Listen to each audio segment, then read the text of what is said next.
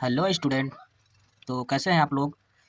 हम आप लोगों के लिए आज लेकर आए हैं कि हीरोन के सूत्र से त्रिभुज का क्षेत्रफल कैसे निकालें। ठीक है, कोई भी त्रिभुज है उसका हम लोग एरिया मतलब क्षेत्रफल कैसे निकालें। ठीक है, हीरोन का सूत्र कैसे पढ़ा, ये एक व्यक्ति का नाम था हीरोन, उन्हीं के नाम पे ये सूत्र पड़ा है। तो फार्मूला होता है त्रिभुज का क्षेत्रफल बराबर करड़ी में अंडर रूट, मतलब करड़ी को इंग्लिश में बोलते हैं अंडर रूट, एस कोष्टक में एस माइनस ए, दूसरे कोष्टक में एस माइनस बी, तीसरे कोष्टक में एस माइनस सी।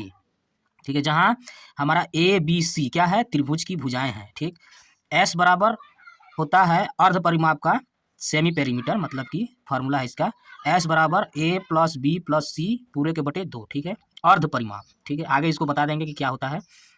ये किसी भी प्रकार के त्रिभुज जैसे कि समबाहु, विषमबाहु या समकोण के लिए काम करता है। ठीक है, आइए हम लोग इसी के आधार पर एक सवाल को सॉल्व करते हैं, तब आप लोगों को समझ में आ जाएगा अच्छे से।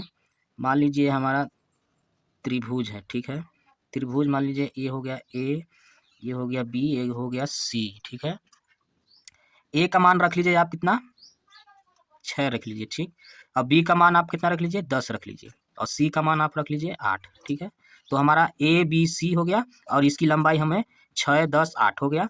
ठीक, अब इसी के आधार पर हम इसका परिमाप निकालेंगे, अर्ध परिमाप। एस बराबर होता है, ए का मान आप मान लीजिए ए 6 है, 6 लिख लीजिए, प्लस बी का मान आप 10 रख लीजिए और सी का मान 8। ठीक है, पूरे के बटे 2। ठीक, तो आपको इन सबको जोड़ना है, तो ये हो जाएगा 10 और 6 16, 16 और 8 24, 24 बटे 2। ठीक है, तो इसका इसका भागा कर देंगे, 2 एकम 2, 12 12 दूनी 24 कट जाएगा, ये 2 से 12 दूनी 24, आपका आ गया ये 12, क्या आ गया, अर्ध परिमाप। ठीक है, एस बराबर 12 सेमी पेरीमीटर हमारा निकल के आ गया है। अब इसके आधार पर हम एक क्वेश्चन को सॉल्व करते हैं। अब ये फार्मूला रख के त्रिभुज का क्षेत्रफल निकालेंगे। तो ए बराबर होता है, मान लीजिए त्रिभुज का क्षेत्रफल बराबर under root s s minus a, दूसरे कोष्टक में एस माइनस बी, तीसरे कोष्टक में एस माइनस सी। ठीक है, तो ए बी सी क्या है हमारा, त्रिभुज की भुजाएं। ठीक, तो बराबर हो जाएगा एस कितना निकल गया है हमारा 12।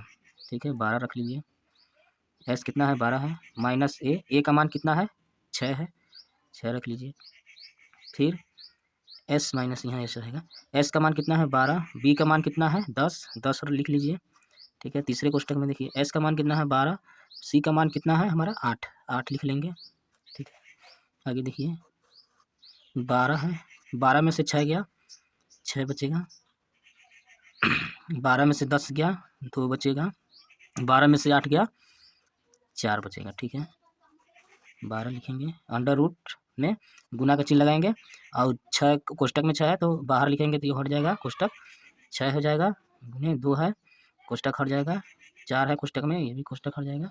ठीक है, बराबर, अब इन सबको हम लोग गुना कर लेंगे। ठीक है, ठीक है, यहाँ तक करने के बाद यहाँ पर अक्सर स्टूडेंट गलती कर देते हैं बच्चे, हमें कैसे करना है देखिए, 12 है तो 12 का हम लोग इसका अभाज्य गुणनखंड करेंगे। ठीक है, 2 होगा, 6 होगा, 2 3 होगा, 3 होगा, 1 होगा। ठीक है, अब कितना है 6 है, 6 का लिख लीजिए, 6 का अभाज्य गुणनखंड कर लीजिए, 2 लिखेंगे, 3 और लिखेंगे 3 1, अब कितना है 2 है, 2 का तो 2 ही होगा, 4 है 4 लिखेंगे, अभाज्य गुणनखंड कर लीजिए इसका। ठीक है, 2 आया।